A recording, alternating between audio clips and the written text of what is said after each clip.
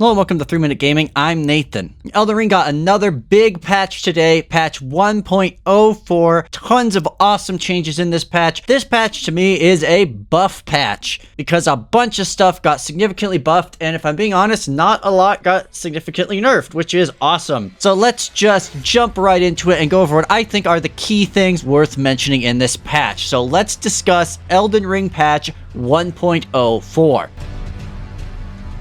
So before we get into things that were changed, let's go over things that were not buffed or nerfed that are significant to a lot of builds on the channel and just your playstyle. Moonveil Katana is still ridiculous. Rivers of Blood is still ridiculous. Flame of the Redmane still has its insane amount of poise damage. That Death Picker Axe, whatever the hell it's called, is not been nerfed. It's still great. Generally speaking, mostly everything got buffed. There was some small nerfs I'll get into, but overall, basically everything you like just got better, and that was the gist of it. A first big change involves stat gain at early levels for FP and stamina growth for both endurance and mind. Now, in order to affect these changes, you're going to need to basically reset your stat pool so that it kind of recalculates it. There's multiple ways to do this that they suggest. You can level up, but if you're trying to stay a specific level for PvP, you can instead just activate Godric's Great Rune or unequip and equip like a Sore Seal or something like that to change the stat. Either way, it'll then reset it. Based on what I can see, it looks like it hasn't affected soft caps at all, so that soft cap video should still be relevant. It just improves the points earlier on, which is good, especially because I felt mind and endurance kind of sucked early on, so I'm glad that they buffed those points. The next big upgrade that they added was making basically all colossal weapons way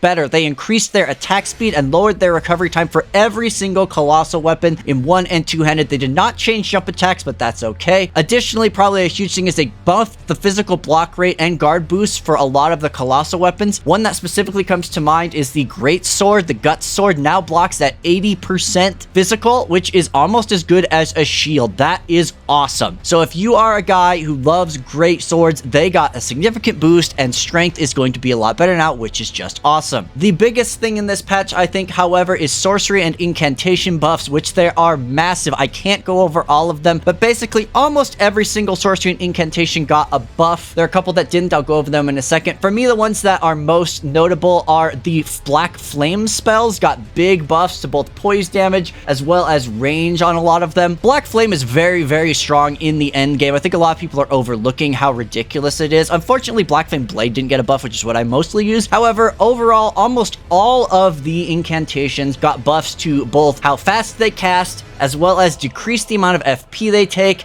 and decrease the amount of stamina cost, which basically means all of them are way better. If you have been playing Incantation and you feel like they're just not quite as beefy when compared to sorceries, you are correct, and now they are much better. After testing just a little bit, I am way into building an Incantation build again. They also buffed a lot of the sorceries that basically were not getting used as much as others, such as the Full Moon and Dark Moon spells, Carrying Greatsword, stuff like that. It's great to see these lesser used sorceries get a buff as well. Now, there were some downgrades as well to some incantations. Basically, Swarm of Flies had insane blood loss. I actually kind of saw this one coming. Basically, one cast of Swarm of Flies would proc Hemorrhage at least once, sometimes twice on an enemy. It was ridiculous. Also, they nerfed Flame of Frenzy and Frenzied Burst to a general frenzy nerf overall. We'll get into that in a sec when we get to the debuffs nerf at the end, but basically, that's it. All the rest have been improved. They also did massive adjustments to every weapon skill. Basically, mostly it was decreasing the recovery time for pretty much all of them, or increasing the cast speed, meaning all Ashes of War have basically been significantly buffed, which is just great. I am really excited to test out a bunch of these. They even buffed the Moonlight Greatsword, which is great. I felt like its FP cost was a little too high for the effect. Now it's even less. That's awesome. And yeah, no real nerfs to any of these that I could tell, so fantastic. The only thing that I'd say is a real nerf involves status effects. The first is that they shortened the length of the Madness Affliction animation and decreased Madness buildup. That is on top of also nerfing most Madness incantations so that the buildup is less there as well. I'd say this basically neuters a lot of Madness. It was a bit strong in PvP. I kind of see why they would do something like that, but either way, it's a bit disappointing. And then the other stealth nerf that actually kind of stealth nerfs stuff like Rivers of Blood and things like that is that when Bleeding and Frost would proc on an enemy, it would cause a slight stagger which could interrupt them. And with Rivers of Blood procking Bleed so often, you could essentially stun lock some bosses by just spamming the weapon art, and then they would, you know, do the big stagger when they got hit by the bleeding, and you just keep applying it.